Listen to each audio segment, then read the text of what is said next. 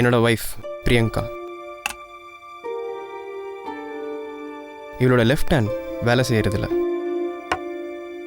என்னங்க அப்படி பாக்குறீங்க? இந்த மிரரில் எனக்கு ஒரு விஷயம் தெரிஞ்சிச்சு. ஸ்வீட்டாக எனக்கு ஒரு பை சொல்லு. பை. எந்த ஹேண்டில் சொன்ன? ரைட். மிரரை பார்த்து சொல்லு.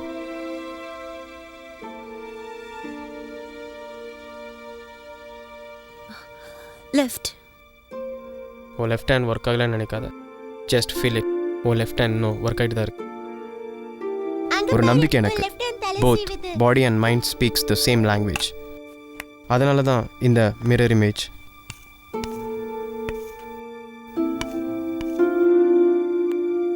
சீக்கிரம் பிரியங்கா, ஃபங்க்ஷன் டைம் ஆச்சுல்ல? ஏங்க ஒரு நிமிஷம் இந்த ஃபேனை போடுங்களேன், தலை காய வச்சுக்கிறேன். என்னங்க என்னாச்சு? அங்க பாருங்க.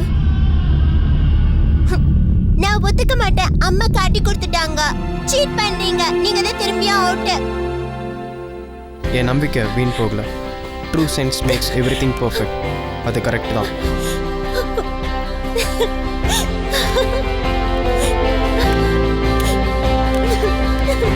என்ன பண்றீங்க? நான் இங்க தான் இருக்கேன்.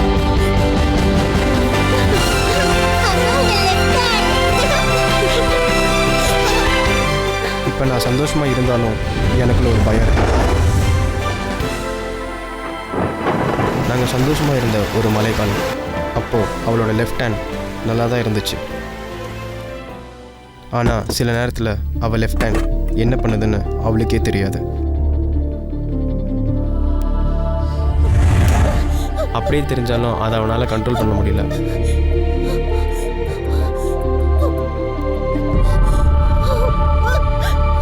அது அவளையே தாக்க ஆரம்பிச்சது. அந்த அதிர்ச்சியில் அவளால் அப்போ பேசக்கூட முடியல.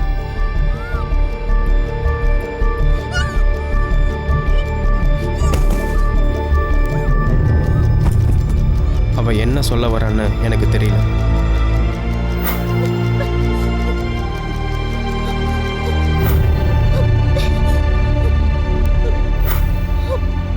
எனக்கு ரெண்டு பாதியாக தெரிஞ்சான். கையை அடிக்கடி ஆட்டி பைத்தியம் மாதிரி இருந்தான். ஸோ டாக்டர்கிட்ட கூட்டிகிட்டு போனான். அப்போது டாக்டர் சொன்னது என் வாழ்க்கையே மங்கலாயிடுச்சு. ஆமாம், அவளுக்கு இருக்கிறது ஒரு disease, AHS, alien hand syndrome. யாரும் கேள்விப்படாத ஒரு நோய். ஒரு ஆக்சிடெண்ட் அவளுக்கு 5 வருஷத்துக்கு முன்னாடி, அதுவும் நான் பண்ணினது. அப்போது ஃப்ரண்டல் ஃபோர்ஹெட்டில் அடிபட்டு ரைட் பிரெயினையும் லெஃப்ட் பிரெயினையும் கனெக்ட் பண்ணுற கார்பஸ் கெலோசம் ஒரு ஜெல்லி லைக் சப்ஸ்டன்ஸ் செயல் இழந்துருச்சு. அதனால ரைட் பிரெயின் கமாண்ட் பண்ணுறத லெஃப்ட் பிரெயின் சென்ஸ் பண்ண முடியாமல் போச்சு. ஸோ அவள் லெஃப்ட் ஹேண்ட் சில நேரத்தில் என்ன வேணால் பண்ணும். அது எங்களுக்கு அப்போ தெரியல. இந்த நோய்க்கு இன்னும் மருந்து ரிசர்ச்சில் தான் இருக்குன்னு டாக்டர் சொன்னாங்க. ஆனால் அது இந்த அளவுக்கு மோசமானதுன்னு அந்த நாள் அவள் பர்த்டே அன்னைக்கு தான் எனக்கு தெரிஞ்சது.